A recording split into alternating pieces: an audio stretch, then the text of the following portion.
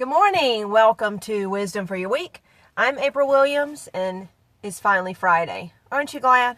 It's Friday today. So Todd's with me today. It is our special anniversary edition. And I know you're thinking, anniversary? What are you talking about? Well, tomorrow is our anniversary. We have been married 23 years. So we wanted to come on and talk about having a successful marriage. So we're going to talk about some tips and things that have helped us for all these years to get along most of the time and make a marriage that is successful and works.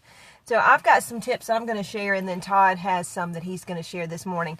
So I was reading through some articles on marriage last night, and Todd said, "Why are you reading those? Just write what you think." But I wanted to see what other experts and other people said.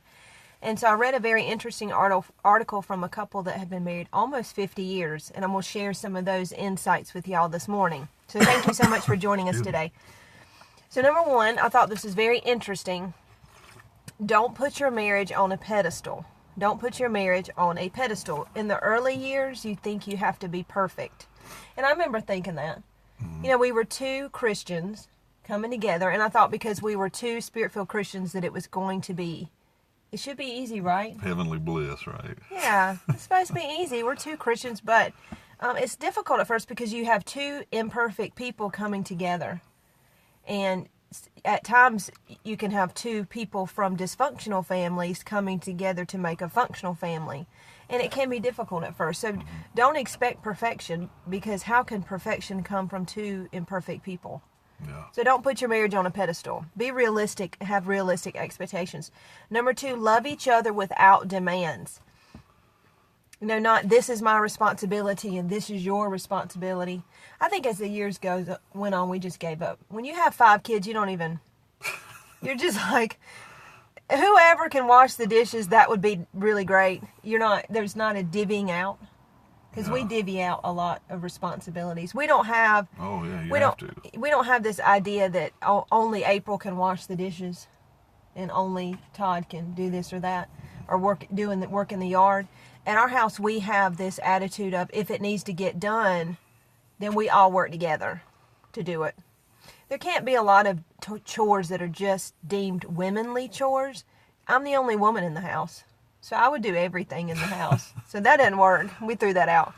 So we try to love each other without demands. True love is not demanding, and it doesn't keep a scorecard. So love each other without demands. Number 3, this is really important. Now, this has not particularly been a struggle for us, but the article mentioned limit your debt. Financial stress can be some of the worst. Mm-hmm. But we're both fiscally conservative, so that helped us out. There's not an idea of I'm gonna spend money, and he's saying don't spend money. We're both very conservative with our money. So, but if that's not your situation, you need to really consider limiting your debt.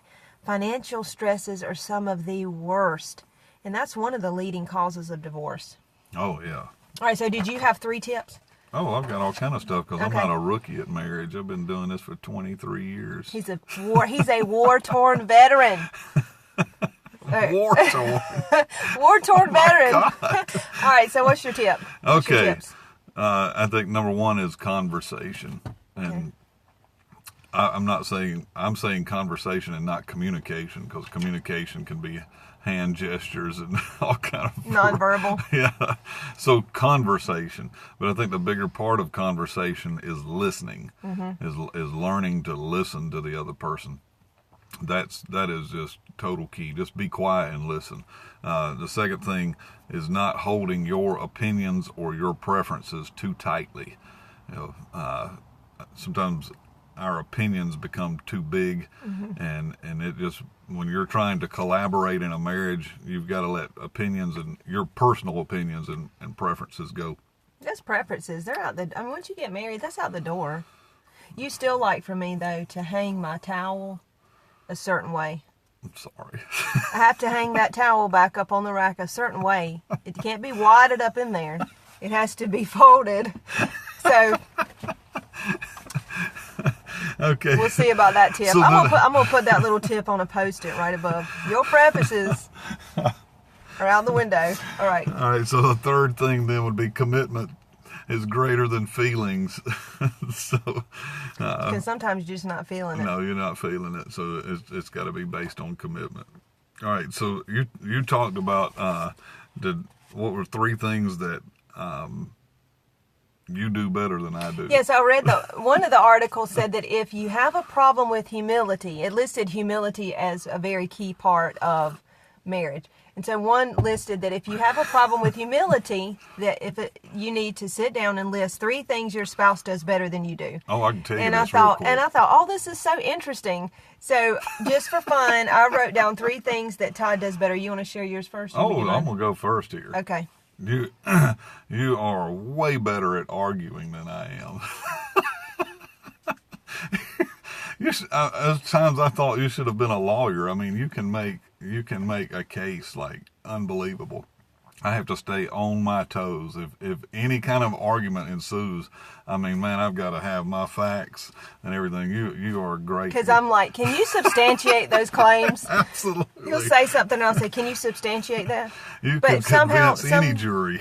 Somehow number 1 doesn't sound very complimentary. I don't know. Well, I mean, you're sharp. The jury's out on that one. The other thing is you're way more collected than I am. And what I mean by that is you forgive a whole lot easier. You know, you can move on from a situation way quicker than I can. So after I beasted in an argument, then I forgive. Yeah. Okay. And then you're braver than I am. That's what I said. You're way braver than I am. In what sense? You're not. Oh my gosh, he says that, but like if we have to drive, You birthed 5 children first. if I have to drive somewhere and I'm not exactly sure where to go, I'm like, can you drive? Because I can't stand that when I'm driving and I don't I mean, I know we have GPS, but that thing's not right sometimes. You may not have driving confidence, but you're not afraid to tackle things. So here's my 3 things that Todd does better than I do. Oh, well, I'm waiting to hear this. Todd washes dishes so much better than I do. I wash dishes better. He washes dishes because he's more meticulous. No, you're trying to make a compliment, so I'll do it more.